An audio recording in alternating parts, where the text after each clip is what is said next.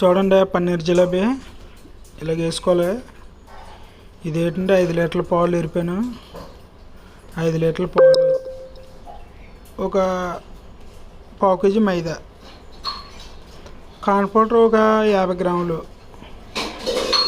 Soda కుండ ఒక 6 గ్రాములు 7 గ్రాములు పడుతుంది.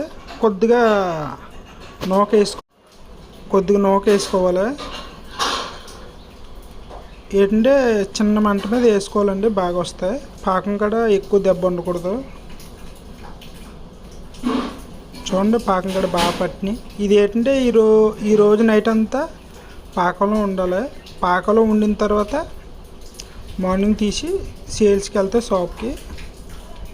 మీకు పన్నీర్ జిలేబీ నచ్చితే లైక్ చేయండి, సబ్స్క్రైబ్ చేయండి మన ఛానల్ని. మర్చిపోకండి ఫ్రెండ్స్.